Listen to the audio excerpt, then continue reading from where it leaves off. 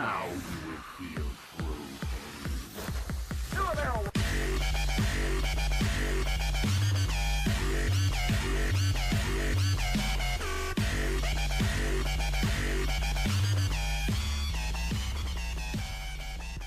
On today's show, we take a retro step back in time to reflect on one of the greatest rivalries in video game history, Nintendo versus Sega, the console wars of the 90s. Will you be the one to witness the birth of the incredible Nintendo Entertainment System? When Nintendo first introduced its 8-bit home system, it took the market by storm. The term NES quickly became a household word, and by 1989, over 20 million people owned a Nintendo Entertainment System. More children were able to recognize Mario than could identify Mickey Mouse. Nintendo had dominated the video game industry. Then the era of the 16-bit machine began. While the TurboGrafx-16 even today seems to loom in the shadows, the advent of Sonic the Hedgehog brought new followers by the millions to the Sega Genesis. Sega quickly became a true competitor. Sales began to wane for Nintendo as people lost interest in the 8-bit market. Then Nintendo, after years of eager anticipation by consumers, finally released its own 16-bit system, the Super Nintendo Entertainment System. Meanwhile, however, many had decided that they couldn't wait. Sega had proved themselves worthy, and sales skyrocketed in the lag time before the American release of the SNES that many had begun to wonder if would ever be available. A good console does not a good game make, however. The best machinery in the world is worthless if the game isn't any fun to play. The key lies in the software. This is where the battle truly begins. Sega, without a doubt, has the one-up on programming experience and title base, but Nintendo is catching up fast. Initially, Sega was using a negative advertising campaign with the theme that the others just don't stack up. In other words, stating that Super Nintendo just didn't have the number of titles. 16-bit arcade graphics. You can't do this on Nintendo. Genesis does. 16-bit sports action. You can't do this on Nintendo. Genesis Does. Genesis Does. Genesis Does. Genesis Does. Genesis does. Get Joe Montana free, Pat Riley free, Buster Douglas free, Super Monaco GP free, or Collins free. Genesis does. What Nintendo? Sega's battle against Nintendo in the late 1980s and early 1990s is best known as the first clash between Sonic and Mario, the speedy hedgehog with attitude versus the plumber with the Mushroom Kingdom's most famous mustache. But the skirmish only proved that Nintendo wasn't the only games firm capable of making money in North America after an earlier crash had wrecked Atari and other prospects. The contest also helped establish that console gaming wasn't just for kids anymore. Titles such as Mortal Kombat featuring blood and gore on Sega's platform and Gray Sweat on the more family-friendly Super Nintendo Entertainment System proved that targeting a more mature audience could be fruitful, as well as creating the need for gaming's first age rating system.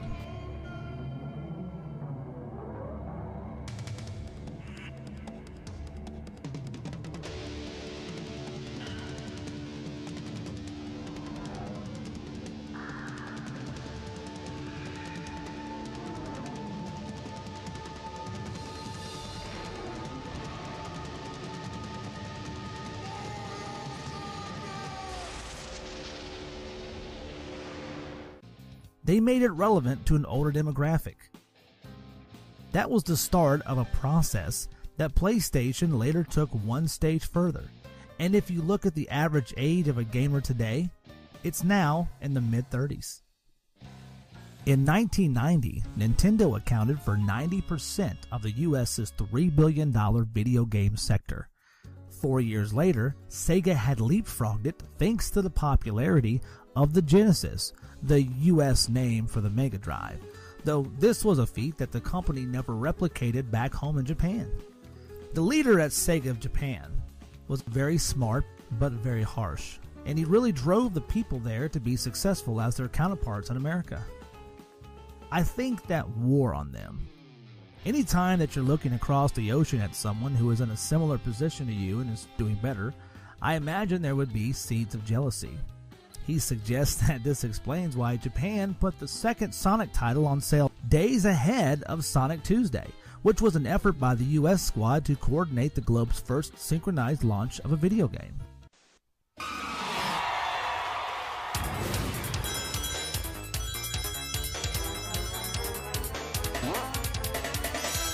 あのソニックが新しい仲間テイルスを連れて帰ってきた。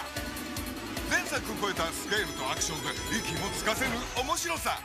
超ハラハラ超ドキドキの超速アクションソニック・ザ・ヘッジホッグ2 Welcome to Sonic Land メガドライブから世界へ向けて。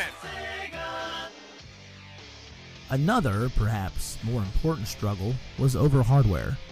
Sega of America first tried to team up with Sony to create a Sega PlayStation, only to be told that Sega's engineers wanted to develop another console based on 2D sprite graphics rather than Sony's 3D polygon approach.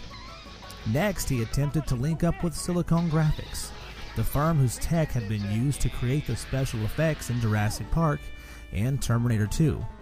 But that too was rejected, allowing Nintendo to make use of one of the firm's chips in its Nintendo 64.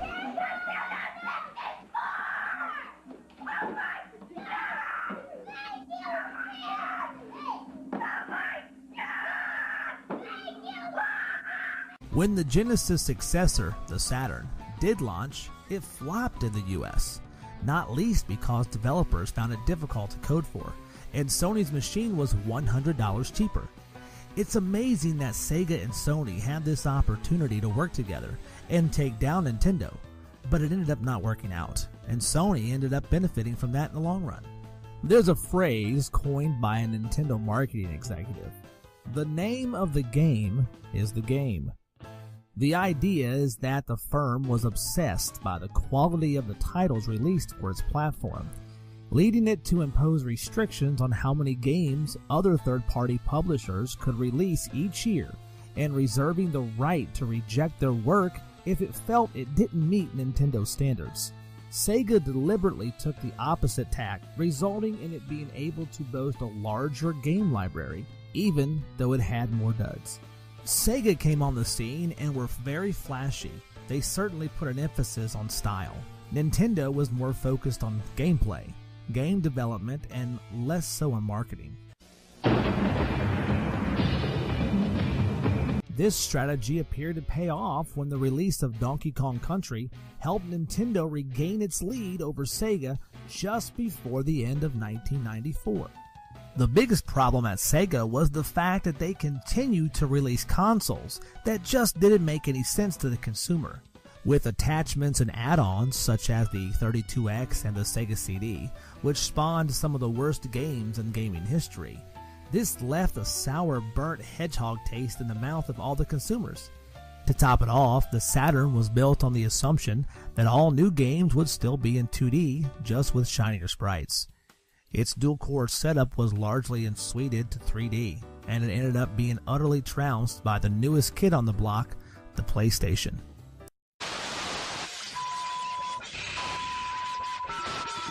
The PlayStation ironically rose to the public consciousness in the exact same way that Sega had done years earlier, being sleek and not really a toy. This is the day you have trained for, the day you have studied for. Utilize your superior skills, your superior intelligence. Sit down, rodent. Oh dear. Oh, you were one. Don't make me hurt you. Learn to defeat your ruthless enemy, Steve. Sega tried again in the form of the beloved Dreamcast, but the damage was already done.